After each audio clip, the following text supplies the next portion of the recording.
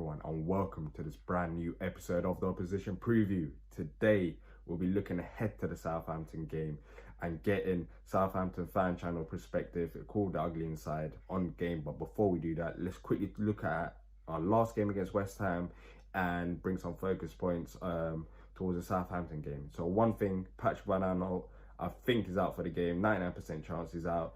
Pulled his hamstring, it seemed like, at the West Ham game, which leaves Diyar to start left back for the Southampton game. Just one thing that I want to get off my chest. He's not a left back. I know that some of you may say that he's played there with Ajax, even in the Europa League final. But then again, if you actually go and watch his performance, it's not like he had an amazing contribution there. He kind of struggled there against Manchester United in the Europa League final. So he's not left back. I don't think he's got the pace to play left back, but I still feel like he can do a decent job there. But of course, it's not really ideal, especially having two games in 3 days for both sides, really, for Southampton as well. But Diyar Riedewald expecting to start there for Patrick Van Aanholt, which I thought he had a okay game. I mean, for the first goal, for the first West Ham goal especially, you saw it. He kind of switched off there. Could have done a bit better keeping up with Snodgrass. So there's that. And another thing that I want to look at is Max Meyer. He played out wide. He started out wide, especially in the first half against West Ham. But personally, I don't think he's a wide midfielder. I think that he's better suited in central areas. And we saw that in the West Ham game, especially in the second half, when he got a bit more freedom and he started roaming around and getting other players involved and getting closer to Wilfried Zaha. That's when he was at his best. So if he does start, what I want to see is Max Meyer given that freedom from the get-go to get into the central areas, pick up the passes like that, and do what he does best.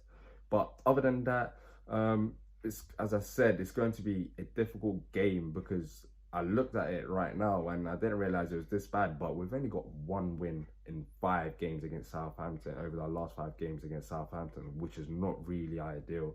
But going into this game, it's not going to be easy as well because they're coming off a 2-0 victory over Chelsea away from home. So they're going to be on high. We're going to be on high. Expect it to be a very good game. But anyways, without further ado, let's go and speak to the Ugly Inside. You're coming off a 2-0 victory over Chelsea. You must be on a high going into this game. So how are Southampton fans feeling ahead of the Palace game? So as we head into this weekend's game with Crystal Palace at St Mary's, Saints, we're absolutely over the moon right now. And we couldn't have asked for anything more than kind of 6 points either side of Christmas. A win at Aston Villa, a win at Chelsea that nobody expected.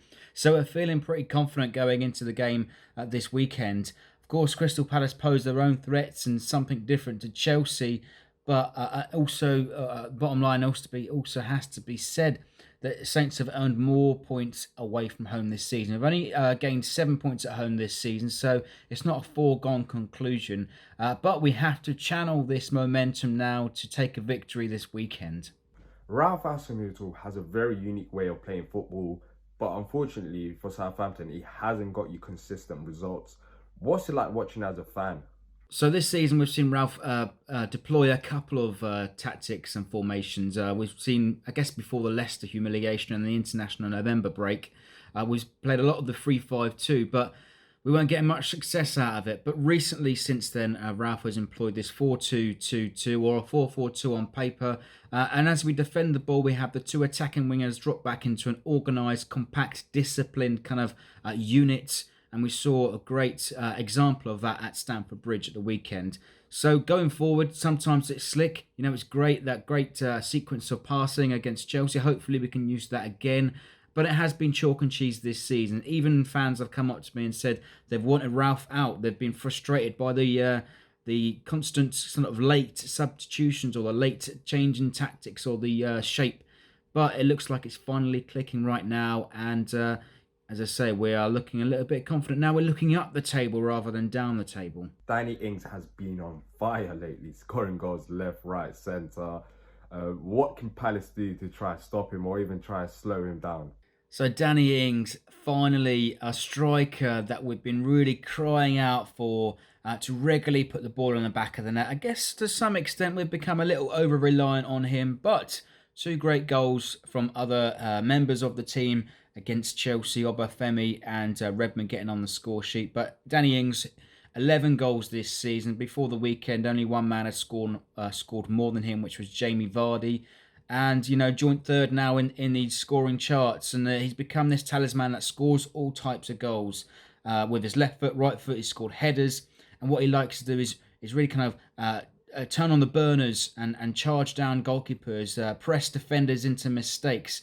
And he's really, starting to hit a bit of form, purple patch, I guess, in his career. And I guess the key thing for us is that we're keeping him fit. And I fully expect him to play and start against Palace this weekend.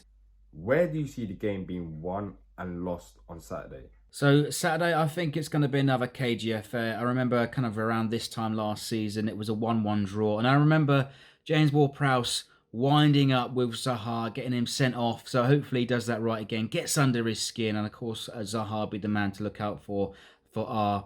I guess our defence could be the area where it could be won and lost. Albeit the clean sheet against Chelsea on Boxing Day, that was our first clean sheet in 14 attempts. And so I guess this season the defenders have been prone to errors. So I don't know sometimes whether they're coming or going. But we've seen a little bit of composure and a little bit more leadership come from the pair of Bednarek and Stevens recently. Not the greatest kind of in the air or strongest at the back. So I fully expect somebody like Benteke to get in amongst it. And it'd be typical of Saints to kind of concede a goal against a misfiring striker, because that always happens.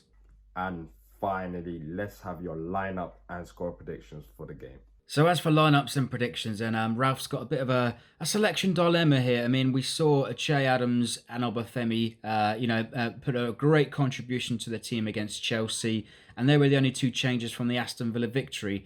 But I do expect Danny Ings to return to the lineup. He was rested, played 30 minutes or so against Chelsea, and I think he will be back in the team. So to fire you through 1 to 11, and I think it will be kind of or close to this: McCarthy in goal, Cedric right back, Bednarek, Stevens centre backs, Bertrand at left back. And if I want to highlight the fullbacks, we haven't got much other choice. We're very light in this area of the field, and we haven't got much other kind of backup to fill in. In midfield, I expect it to be somebody like Ward-Prowse and Højbjerg to be in there again. Højbjerg's at risk of suspension for the Tottenham game, so I don't know whether Ralph will want to rest Højbjerg or not and replace him with Romeo, but it'd be something close to that. Ward-Prowse has played almost every single minute of this season so far. A mainstay, great from free kicks, set pieces, and look out for him too. Outside wide, then the two attacking wingers, I'd say with Nathan Redmond, and we could well see Sofiane Boufal start from the beginning. But having said that, Stuart Armstrong played a huge and influential role in the Chelsea game and was wonderful at Aston Villa as well. So it could well be those, I guess so far, the whole team to be retained from the Chelsea game. Armstrong and Redmond I'm going to go to start on Saturday. Up front, I'm going to go with Danny Ings to start with. I'm going to say Che Adams. Shane Long's a doubt for the game. Injured. He couldn't play against Chelsea. So it will be either Adams or Obafemi to partner Danny Ings up top. Score prediction. I think it could be cagey once again. And I think Saints might just snatch it 2-1. Let's go for that. Thank you very much for that. Appreciate that a lot. Make sure to check out their channel, which will be in the description down below. And if you've enjoyed this video, make sure to like and subscribe so you don't miss out on any new content. And until next time, up the Palace.